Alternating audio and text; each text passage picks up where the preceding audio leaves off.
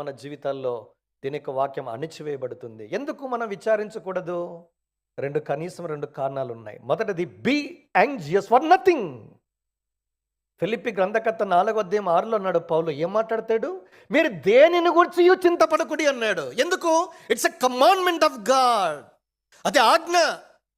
ఎప్పుడైతే నీవు వీటిని గురించి నువ్వు చింతిస్తూ ఉంటే, అయ్యో ఏం కట్టుకోవాలా, ఏం తినాలా, ఎట్లా డబ్బులు సంపాదించాలా, లేకుంటే డబ్బులు లేవే, విచారము, ప్రతిరోజు విచారమే. నువ్వు ఏం చేస్తున్నావంటే యు ఆర్ ఇన్సల్టింగ్ గాడ్. ఎందుకు? He cares for you. మొదటి పేతురు పత్రిక 5:7 ఆయన మిమ్మును గురించి చింతించుచున్నాడు గనక మీ చింత యావత్తు ఆయన మీద వేయండి. ఎందుకు? ఆయన నిన్ను గురించి నన్ను గురించి చింతించేవాడు.